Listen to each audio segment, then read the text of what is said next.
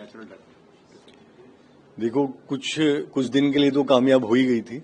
अपने दोस्त के साथ उसने मिलकर इस तरह से दिखाया कि सिलेंडर ब्लास्ट से या एसी के ब्लास्ट से ये हुआ है।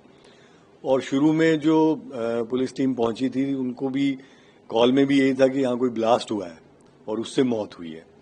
लेकिन जब ये केस डिस्कस हुआ ऑफिसर्स के साथ, डीसीपी के साथ और कमिश्नर साहब के साथ, तो हमें बार बार ये लग रहा था कि कहीं ना कहीं कुछ छुपी हुई चीज है जो उजागर करने की आवश्यकता है।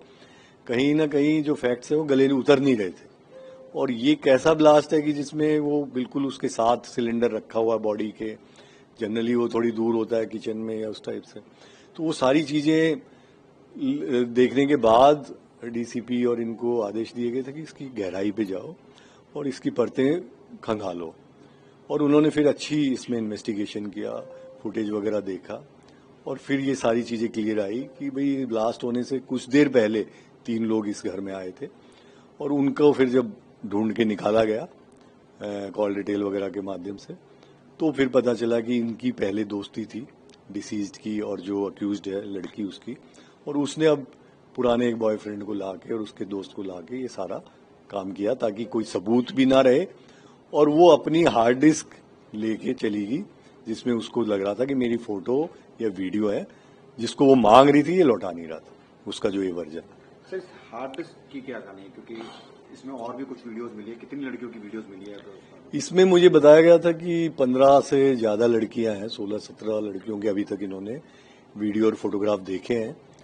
तो हो सकता है ये जो लड़का डिसीज था उसका इन लड़कियों के साथ कोई रिश्ता या दोस्ती रही है, लेकिन हमारे पास कोई कंप्लेंट किसी और लड़की की अभी तक आज के दिन तक नहीं है या किसी ने कोई शिकायत नहीं की है। तो अभी उस एस्पेक्ट को हम नहीं देख रहे हैं। सिर्फ लड़की का क्या प्रोफाइल है, क्या क्या पढ़ाई की हुई है, इसने क्या प्रोफाइल, इसका बैकग्राउंड लगा? लड़की ने पहले फॉरेंसिक साइंस की तैयारी की, उसका फॉरेंसिक्स में हमेशा से रुचि रही। फॉरेंसिक की ही वो जो क्राइम पेट्रोल और इस तरह के सीरियल और मूवीज देखती थी, तो उसके मन में एक परफेक्ट क्राइम वाला दिमाग में था कि एक जीरो एरर क्राइम मैं करूं ताकि मेरा काम भी हो जाए और मैं कभी पकड़ में भी ना हूं। इसके चलते उसने अपने इस सुमित के साथ डिस्कस किया और उसमें इन्होंने सिलेंडर वाली बात को निकाला कि जब आग लग जाएगी तो फिंगरप्रिंट वगैरह ये सारी एविडेंस भी मिट जाएंगे।